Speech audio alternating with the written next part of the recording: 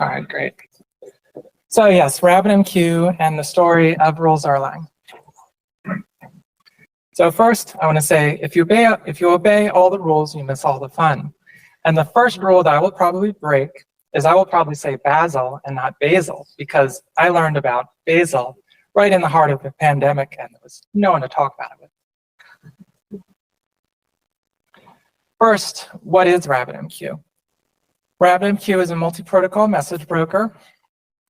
So you post messages to exchanges, they get routed to queues, consumers consume message from the queues. And we also added more recently streams, so that's non-destructive consume. RabbitMQ is written in Erlang, and that's a general purpose, concurrent, functional, high-level programming language with a garbage collected runtime. And it uses a virtual machine and it has platform-independent bytecode.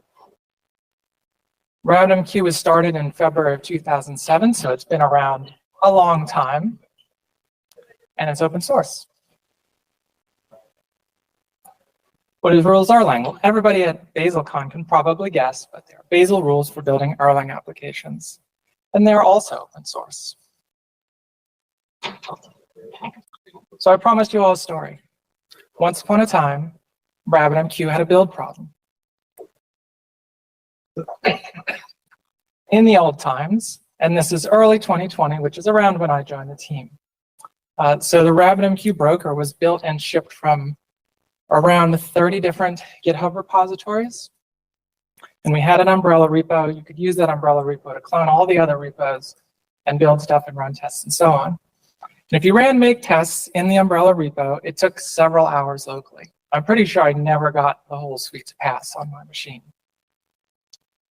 We had our CI/CD in a dedicated Concourse CI cluster. And when we rendered out the pipeline YAML from our templates for a single release pipeline, it was almost 30,000 lines of YAML.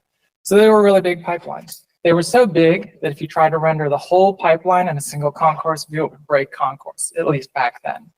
So we had to split it up into multiple views, and that's why I have no screenshot of it, because it's not that impressive when split up. When you pushed a commit, it took 2 to 3 hours for that commit to run through the pipeline and be green. And that wasn't the entire pipeline, because the release pipeline had packaging and upgrade tests and building of release artifacts and all those things. So that was like, if you wanted to do one of those, you'd get the results the next day. But like the primary test, primary stuff took 2 to 3 hours. And there were test flakes, which means that often it would go red anyway. You have to rerun some stuff or something like that. Also, the way Concourse works, it has a notion of resources and jobs. So a resource could be like a branch of a Git repository, or it could be a Docker image. And a job is arbitrary stuff that you run once you fetch the resources, and a job might put to another resource to update the rest of the world. So because we had all of these repos, and because in Concourse a Git repository resource is a branch, you just had to do your release branches. So you could only run the tests after you had merged something to a release branch or the main branch as well, but you couldn't test a PR in any sort of reasonable way. There's some hacks around that. If you've got a small project, there is a Concourse resource that you can sort of meta-program Concourse with, but for something like this, it wouldn't work. Oh, and so the main thing was you couldn't wait for CI to be green before pushing a new commit, and that caused all the usual problems that sort of thing does. Is there's multiple commits, you have to revert something that's many commits behind, and it was not great. And while this was certainly not perfect, it was still okay. Like, we continued to ship new versions of Rabbit. There weren't too many regressions. Having slow tests is way better than having slow tests at all. And people that had been on the team for a while kind of knew the code base. They knew if they changed something here, these are the suites that I could run, keep things efficient, and feel pretty confident about what they pushed. Although that's not true if you're a new member of the team. And so we thought this could probably be so much better. At least we hoped it could. It actually got a little worse before it got better. So we're getting into mid-2020 here. So we had the code in those 30 repositories. And why did we have that? So Erlang programs or can be, Erlang code can be organized into applications. Most of those repos were an Erlang application, and the RabbitMQ message broker has sort of a core Erlang application. And there are lots of what we call the tier 1 plugins. So they ship with Rabbit, and they add core functionality like support for new protocols or authentication mechanisms or all sorts of stuff. So we always shipped it all at once, even though it would have been possible, say, to like upgrade the core broker, but not the management UI. But we never tested that. We already had the 30,000 lines of YAML. We didn't want more. So we decided to roll these into a single monorepo. And that was good.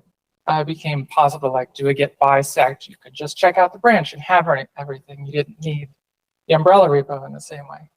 But because Concourse was this graph of the repos and jobs, it had this inherent test caching to it. The plugins, the tier 1 plugins were downstream of the core broker. And so there was some inherent test caching there. And when we went to the monorepo, it broke it because everything just depended on the monorepo, and we got more and more flakes. So finding Bazel. 2 to 3 hours for one of your commits to run through the pipeline is a lot of time for research. So during that time, lots of ideas were generated. So we thought about different things. Like with Concourse, we could have filtered the paths of the monorepo to make it look like all the original different repos and restore that graph. But being able to go back to the same number of flakes, still 2 to 3 hours, wasn't that good. So that didn't seem great. We thought about building our own test result caching mechanism into the pipeline. So maybe we write test results and git SHAs into a database, fetch those, and short circuit parts of the pipeline. Another thing we could do is just have fewer integration tests and try and make the suite faster overall. But all those things seemed like an awful lot of work. And it usually felt like, especially with test result caching, we'd be reinventing the wheel. Like we could build Rabbit and we could ship Rabbit. So we already had somewhere in the build a notion of what plugins depended on what, because some plugins are interdependent, and the order of everything. And we just couldn't use it in CI. We were replicating all that. So we found Bazel, and we were tempted. It sounded great, fast and correct, very nice. The test result caching seemed like it would work very well for us. Remote build execution seemed great because maybe we could dump that Concourse cluster that would fall over sometimes, and we'd spend like half a day restoring it, and it was expensive. It ran on GCP. And we do ship Rabbit for Windows and Linux. We don't really, well, there might be a homebrew formula for Mac, but anyway, having that cross-platform support in the build did seem like it was important. But on the other hand, nobody on the team knew Bazel at all. We knew the current build very well. It was makefiles, and it used another, I guess you'd call it a make plugin or a makefile, Erlang MK, that knew how to build Erlang stuff. So we knew that pretty well. We knew the author of Erlang MK, and they actually joined the Rabbit team since then. This was a big one, is Bazel had no rules for Erlang or Elixir. And Elixir is another language that targets the same VM as Erlang. So that wasn't so good. And we read some blog posts, and they were kind of scary that said, like, unless you have a crazy build that needs something really powerful, this is not a good idea. Everything has to be hermetic. And we read some of the Bazel docs. We said, yeah, it probably should be hermetic, and we should probably build Erlang with Bazel. And we read the docs about platforms and tool chains. And we were like, let's not. And back away slowly. And that's kind of what we did for a little bit. But then we still had those long build times, and we still had time to research things. So we started to say, what if we broke some of the rules? The metric that we really care about is that 2 to 3 hours, and we want to get that down as low as possible. So what if we cheated? What if we just used Erlang from the host? What if we just worried about CI and said local development doesn't matter, we'll just keep using make and Erlang MK? And what if we use something like BuildBuddy or something like that to make RBE really easy, and then we could get rid of the Concourse cluster? And with that, we had an initial commit to Bazel Erlang on November 20th, 2020. So the question is, could Bazel help us slay the build dragon? And the answer, I think, is a resounding yes. So we were able to get to green commits in about 20 minutes. So this was the pull request that brought it live into RabbitMQ server. It was number 2398. I don't remember what it was called. It was big. It was 221 commits. We merged on March 29th, 2021. It used Bazel Erlang master because we didn't want to tag it 1.0 yet. We weren't that confident. And when we did that, it deleted about 5,000 lines of GitHub Actions YAML and replaced it with just 54 because it basically became like set up Basilisk and Bazel test // ... And it used both remote cache and RB from BuildBuddy right away. So we didn't add RB later. It was kind of there from the beginning for us. And everyone lived happily ever after. Well, that's kind of true, but not quite. We didn't stop.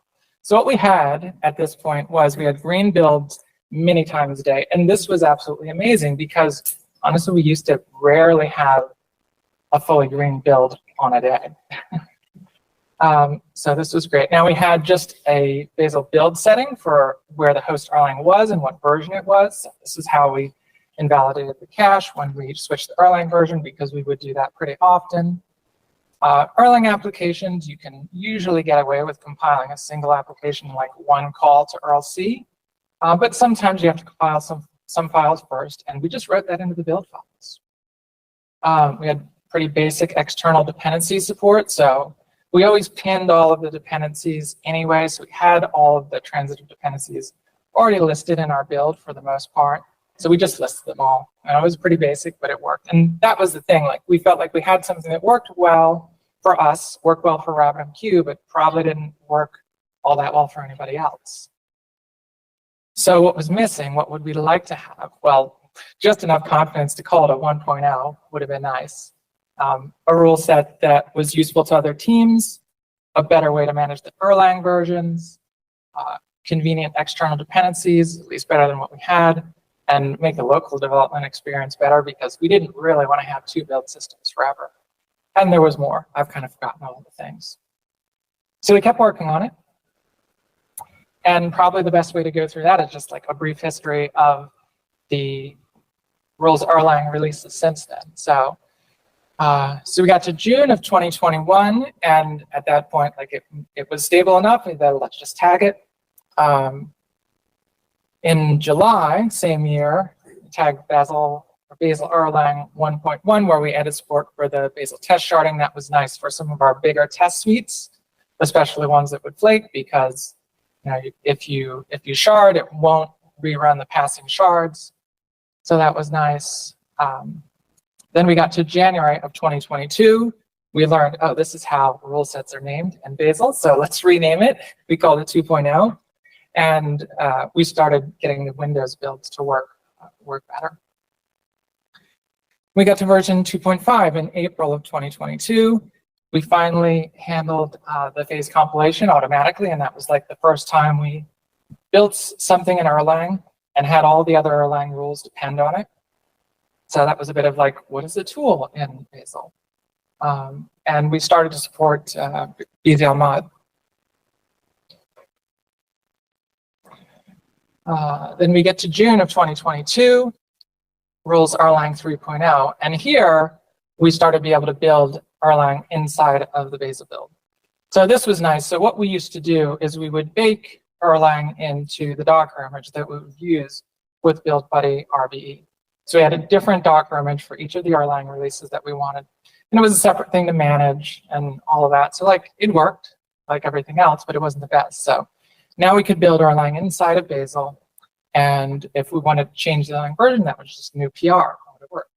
And that was another great thing about all this is we could finally run tests on PRs.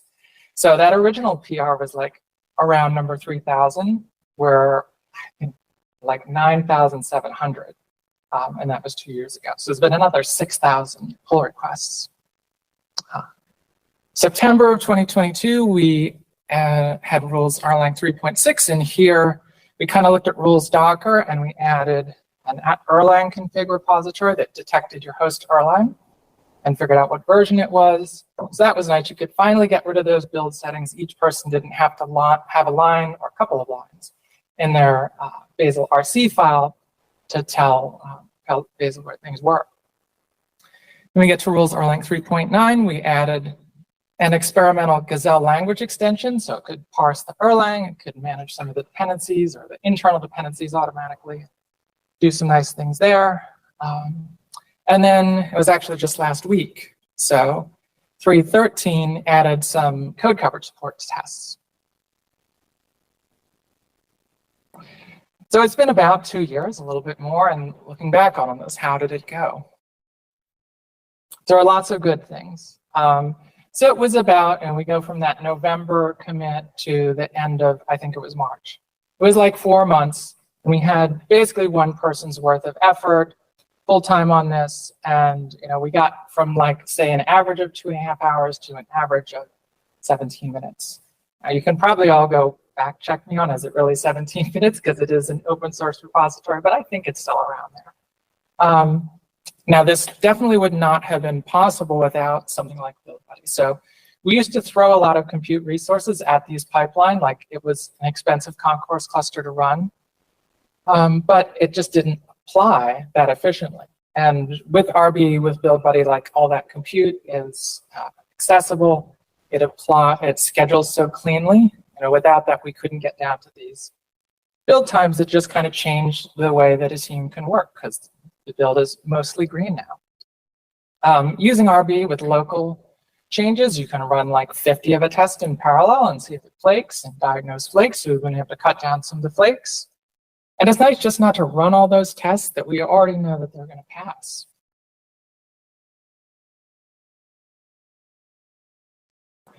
There are things, though, that are not so good.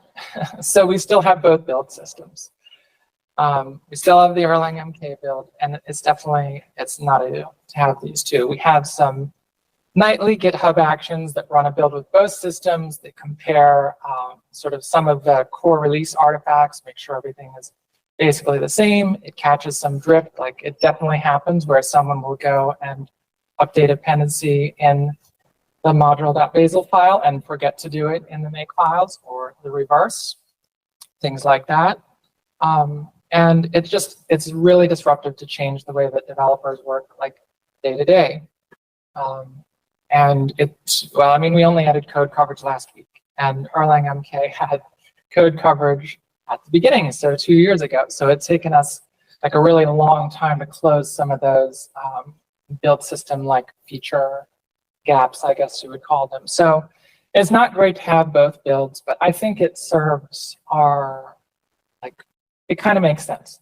This was not about having a cool build. This was always about just letting everybody develop faster, push code faster, and enjoy working on Rabbit.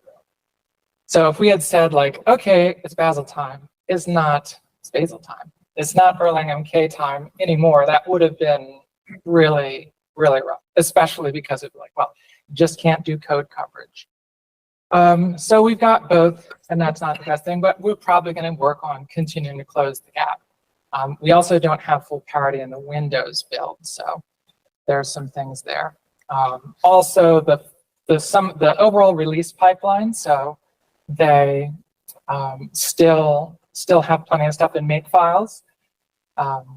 Some of those things don't translate super well to Bazel, so we have like Debian source archives. So that's ships the source of Rabbit, and it builds on the installation machine. So there are rules for building Debian package in Bazel, but not source packages, and it kind of makes sense because it just doesn't really fit the Bazel model that well.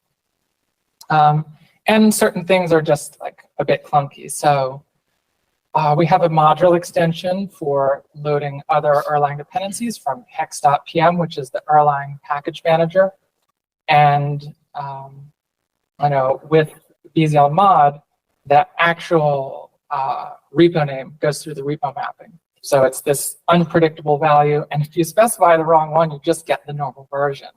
So there's been lots of times where somebody wanted to pull something, patch it locally, try it out, and like, I don't see my changes working at all. Like, what's going on? So, it can be rough, and it's more work when you have to author your own full set. So that's certainly true. And one other thing is that we also use the Elixir language for the RabbitMQ CLI.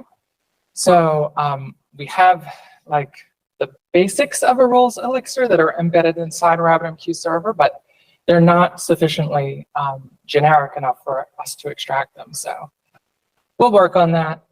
I don't know when we'll get to it. The normal tool for building Elixir sources is called Mix, and it really wants to do everything all at once by itself, accumulating on the file system and mutating stuff. So it's actually really a little hacky what we have for a solution for that. But yeah, overall, Bazel has just been like a huge win for RabbitMQ.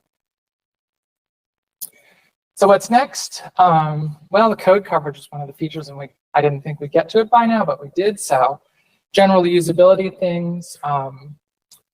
Let's see. I mean, one of the things is maybe trying to speed up compilation. That's not a bottleneck in RabbitMQ, but maybe other people that would use rules Erlang would use it. And with the Gazelle extension, you can either generate basically like a ton of rules, like one rule per source file. So then there's a lot of compilation actions.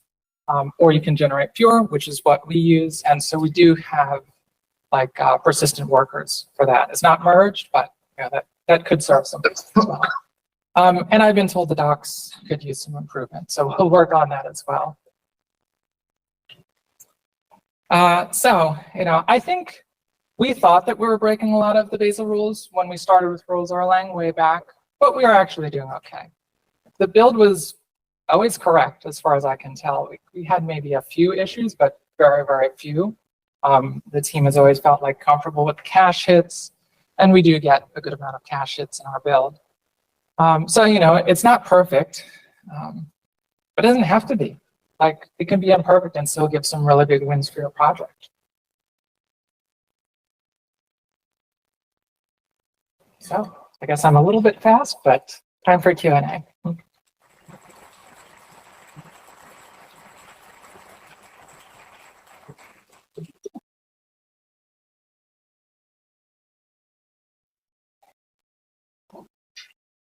Sure. Yeah, hi, and thanks for your talk. I'd be interested in the coverage. So I have no idea about Erlang, but did you manage to support the native Bazel coverage command? Yeah, so you can just run Bazel coverage now. Erlang's interesting in how it does coverage. Like, I looked at Bazel's coverage documentation. It's like, okay, you can check if these compilations should be instrumented, or if your dependencies should be instrumented and do different things.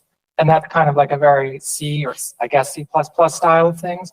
And it turns out with Erlang, you don't do that. If you want to do coverage, you start up the Erlang VM and you ask the cover application, because the Erlang's runtime libraries are themselves organized in the application. It's called the Open Telecom Platform, because Erlang came from Ericsson, and they did use it for telecom originally. And so you start up the VM, you use the cover application to say instrument either these sources or this compiled bytecode, and then you execute it, and it'll write the cover data.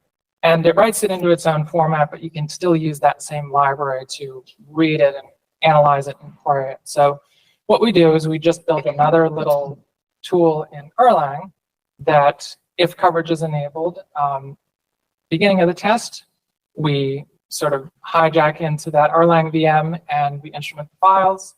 We run the tests, it writes it out to disk, and then again, if coverage is enabled, we use our extra utility to convert it to LCOB. And then all of Bazel's regular machinery will merge those files, and then you can send it through GenHTML and get a report. So that's actually pretty nice. I had sort of wondered before, like, Bazel seems to generate everything totally independently. So how does it merge? And it is a bit of a special case. So yeah, kind of a shout out to the Bazel Slack channel, because I was going to use some extra I realized undocumented stuff to do our own conversion, our own merging. And it was kind of like, maybe it's not that hard to just convert to LCOB, but that's what we did. It's like, it's like a one screen. It's like 100 lines, 150 lines to do that conversion. So it's no big deal. Okay, so that the last point is interesting. So you do convert to LCOF? Yep. Yeah, okay. Thank you.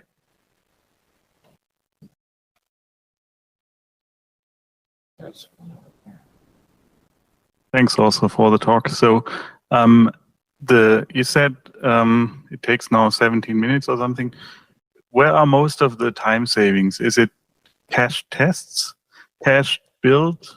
Yeah, that's a great question. I've not really gone through and analyzed it. So the way that this project is structured, there are a good set of tests that get invalidated almost all the time. So if you do change one of those plugins and only one of those plugins, that will run a pretty small subset and you'll get quite a lot of cache hits. But if you change, there's lots of tests that basically build the whole broker, they start it up, and they usually white box it. So they load some other code and they RPC into that node and they do some stuff and check some stuff.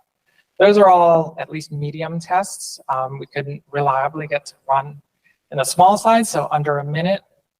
So a lot of those get invalidated. But if I think about the averages that I've seen, if we get a good number of cache hits, not 100%, but very high, it'll run in a couple of minutes. And actually, the GitHub Actions portion of it, just getting a GitHub Actions worker ready to kick that off is the slow part. And then if you got more like a medium level, it's around that 15, 20 minutes time. And if you got a PR that changes out the Erlang version, which essentially invalidates everything, that's maybe 45 minutes. So how does that work out to the ratio of how important caching is versus RBE? RBE is very important, clearly. So we are really happy to have found BuildBuddy, and they've been very supportive of our project, and that's worked out really well. So I'd like to know that question. I guess you could just turn off RBE and try and run with the cache to answer that a bit more directly, but the cache hits vary a lot. So we see a lot of we build other stuff with Bazel as well at this point, like some Docker image and things like that, and those can be really quick in certain cases because you've got building the base OS. Well, you've got the base OS, but building Erlang, and that's a cache hit, and then you've just got taking the Rabbit binaries and injecting them. So it's really quick. So if you look at our BuildBuddy builds, it might say the average is really small because it includes other stuff that are separate Bazel indications.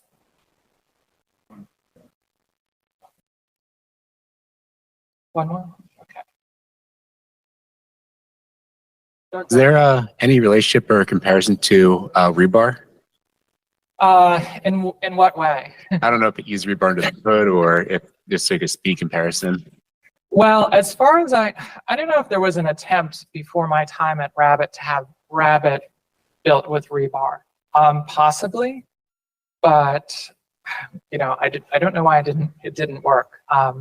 I think it would have ultimately been very, very slow for us because rebar is kind of meant for small stuff. I think a lot of Erlang stuff I think are relatively small projects. So I can say that the Gazelle extension will read rebar config to a limited degree, and we'll set up the Bazel build files accordingly. So that's one of our actually workarounds for Windows is we can do Gazelle update repos, and we've got some custom arguments for that to pick something up from say XPM. It will pull it down. It will recursively run Gazelle extension on that, build up the build file, and then drop that into your main repo. So that means that we didn't have to replicate all of the live auto import logic that we had across all the platforms. So yeah, out of time. Thank you, everyone.